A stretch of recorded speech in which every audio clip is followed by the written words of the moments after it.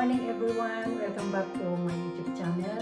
Today is Tuesday, October 17 at meron akong dalawang parcels dito na i-unbox. Dumating na ito kahapon, kaya lang nag-alaga ako ng mga apo ko dahil yung manugang kong teacher ng high school meron silang excursion, so walang nagbantay sa bata kundi ang oma. Okay, bago ako magtada, mag-unbox na tayo. Binili ito ng asawa ko online sa isang nagbebenta ng camera sa Munich. Nagpunta kami ng Munich last week, kaya lang nakalimutan niya dumalaw doon kasi sabi niya malayo daw, so i-order na lang doon niya online. So nag-order siya last week, dumating kahapon, so unbox na natin. Ay naku, ako ninenervyos dahil malapit na kami aalis. Punta kami ng India, tapos ang sabi ng asawa ko baka mag-fly daw ako mag-isa kasi mauna daw siya. Usually ang plan magsabay kaming dalawa. Ang kaso na meron silang project na bago at siya ang team leader, so mauna daw siya doon. Kaya medyo ako ninenervyos, hindi ako nakatulog ng maayos kagabi dahil ninenervyos ako dahil kung ako lang mag-isa magpunta ng India, wala akong alam. Wala talaga akong alam. Pag nandyan ang asawa ko, panatag ang loob ko. Pero pag wala ang asawa ko, ako lang mag-isa. Okay lang kung Pilipinas, kahit mag-isa ako, wala akong problema. Kasi alam ko yung country. Dahil taga doon ako. Pero country ng India,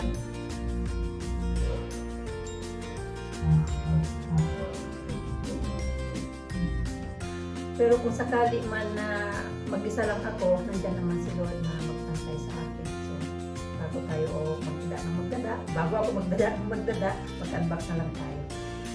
Ay, ninenervyos pa rin talaga ako hanggang ngayon.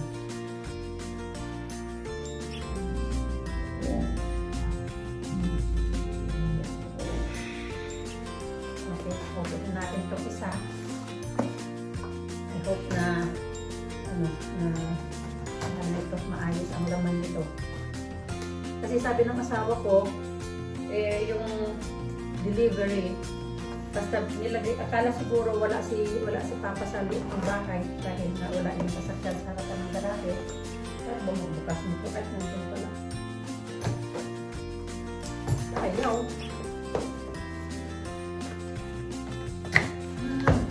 Pinubli-dubli pala nila.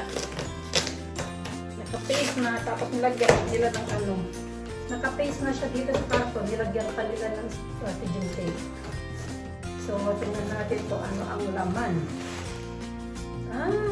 Ito yung sinasabi niya na kailangan niya daw ng maliit na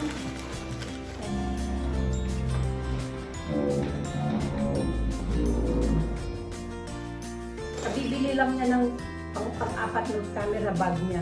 Ngayon, kailangan daw niya ng mas maliit para ilagay na lang daw niya sa waist niya dahil magdala siya ng isang camera lang kaya sa India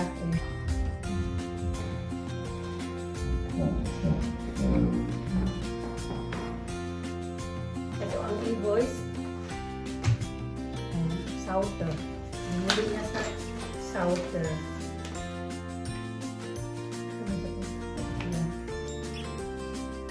Souter. Tinakpan ko yung yung price at yung address ng meron pa natin yung price. Oh.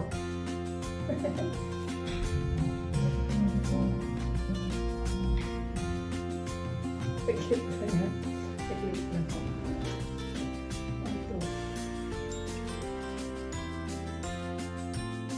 Ito ang price niya.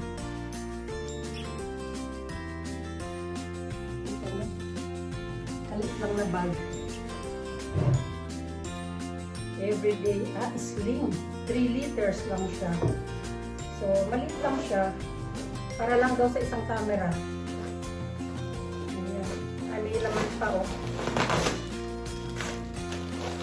Ganito ang itsura niya. Meron siyang divider. Pwede tanggalin yung divider. Ayan siya ang itsura niya. May divider siya. Paglagyan lang ng isang camera. Tapos, yun lang. One packet lang siya. Meron ba sa harapan? May maliit na packet dito sa harapan. Tapos, yun lang. 2 packets lang siya. Pero masyadong makapal yung padding. 3 liters lang siya. Maliit lang. Talagang pang 1 camera lang siya.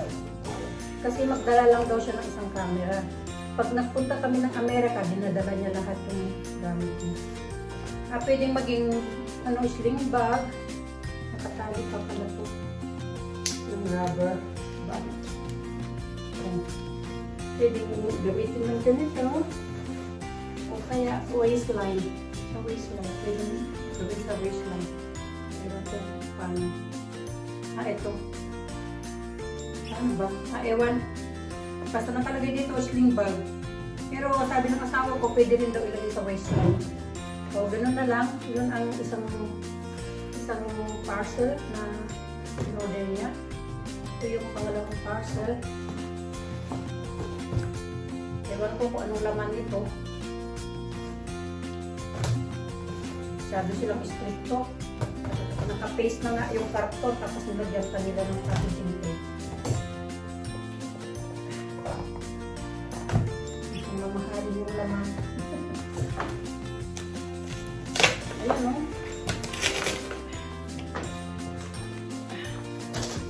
Ito kung ano. Ano nga ba laman nito? Daming laman o. Packaging materials. Laman nito. Ganito lang. Ilagay lang sa suko. Okay. Ito siya. Ewan ko kung ano to. Nikon. Nikon. Lens ng Nikon.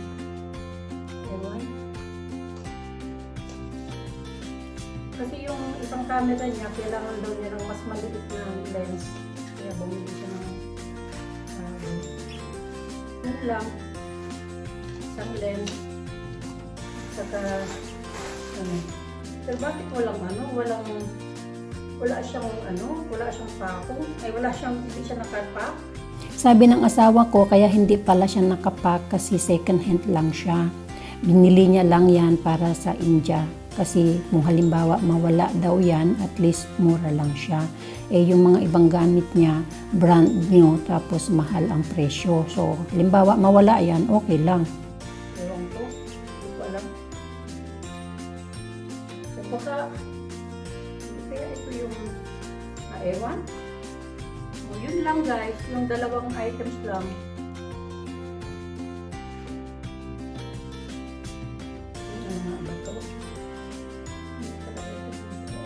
Ewan ko kung ano yung in-order niya. Hindi ko alam. Pero din siyang dito. Invoice.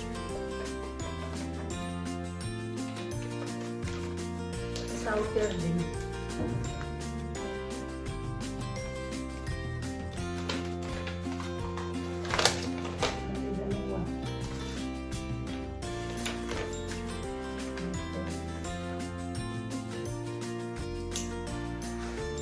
Walang pakong ito.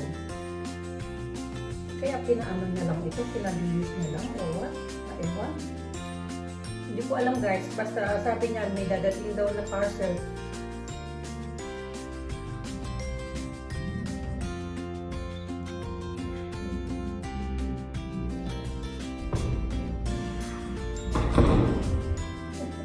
Okay guys, hanggang doon na lang. Maraming salamat sa panonood ng aking videos at siyempre maraming salamat sa ating mga supporters, lalo na sa ating pamilya sa Pilipinas. Huwag kong kalimutan yung youth ng Jicos ng Tumawili Isabela na lagi sila nandyan. Mas mabuti pa yan sila kasi nag-aabang sila ng ating mga YouTube videos. Kumpara sa tunay kong kapamilya na kahit sumilit, hindi man lang sila sumilit. Pero okay lang. Nagpapasalamat pa rin ako at nandyan sila na sumusuporta sa akin. At siyempre, sa ating pamilya sa Saudi, pamilya sa Pampanga, pamilya sa Macau, at sa Manila, wala na yata ang kapamilya ko na nanonood sa aking videos. Siguro wala silang pang-load o busy sila sa kanilang mga buhay. Kaya, ewan, huwag na lang ako magsalita kasi mayroon na baka mamaya yung tawa mong salita. Makasakit na ang damdamin nila. Okay, ganun na lang guys. Maraming salamat. And of course, maraming salamat din sa ating mga ating group, sa ating team friendships, sa team YouTuber Tambayan, and of course sa team Choconuts 5. Thank you guys, and God bless you all. Bye!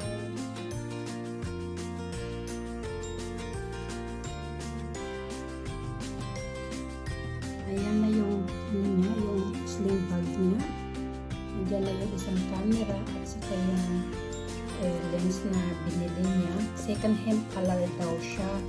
Para sa ganun, kung mawala man, at least mura lang siya. Usually, hindi yan bumibili ng second hand. Pero dahil sa India, bumili lang siya ng mura. Kahit mawala daw, at least hindi mabigat sa bulsa. Yan ang Nikon set niya. At saka yung sling bag. Yung divider, tinanggal yung divider. So, pwede pa niyo ilagay ito, tapos lagyan niyo ng mga battery or whatever na kailangan sa photography. Okay guys, thank you for watching.